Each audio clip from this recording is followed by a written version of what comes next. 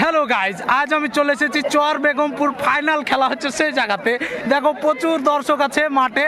Final খেলা আর একটু বাদ দিয়ে শুরু হবে।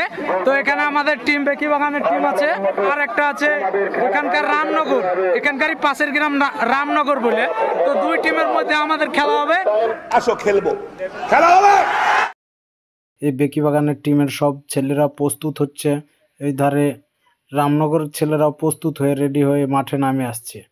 এই যে শিমুল বেকিবাগানের বিরুদ্ধে খেলবে, হায়রে আসছে। খেলছে শিমুলকে আপনারা অনেকেই চিনেন। এই শিমুল খুব ভালো ছেলে, অনেক ভালো খেলে, ফুটবল খেলে ব্যাকি হিসাবে। ইনি রেফারি সাহেব আছেন। এই খেলা শুরু হওয়ার আগে আমরা একটু ছবি তুলে নিলাম। তুলে নেওয়ার পরেই চালু হয়ে গেল খেলা। খেলার সীমা হলো 10 মিনিট খেলা হবে, তারপরে 5 মিনিট দম হবে। দেখি বেকিবাগানের টিম হদাম করে কর্নার থেকে বল গোল করে ফেলল। 7 মিনিটের মাথায় বেকিবাগান টিম রামনগরকে একটা গোল ভরে দেয় এবং আগে যায়, 1-0 গোলে আগে যায়। তারপর সেকেন্ডারদের খেলা শুরু হওয়ার পরে হঠাৎ করে 5 মিনিটের মাথায় একটা গোল করে বসে বেকিবাগান, ফের রামনগরের মাথায় 2-0 গোলে এগিয়ে গেল বেকিবাগান। এই গোলটার পরে তারা 2-0 গোলে এগিয়ে যায় এবং খেলা শেষ হয়।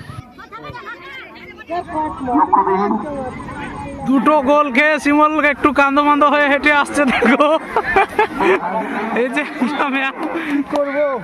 হ্যাঁ, বেকিবাগান পুলিশ ক্যাম্প জিতে গেছে, এরা হারিয়ে গেছে।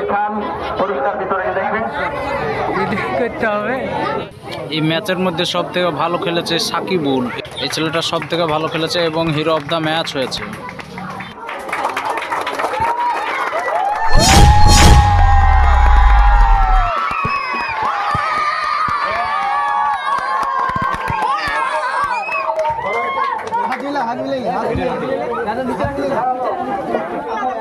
ঠিকই আছে।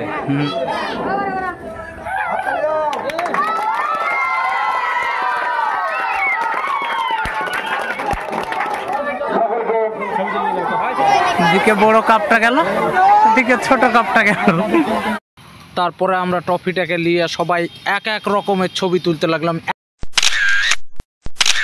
এক রকমের পোজ দিয়ে ছবি তোলার পরে আমরা বাইক নিয়ে ছেড়লাম।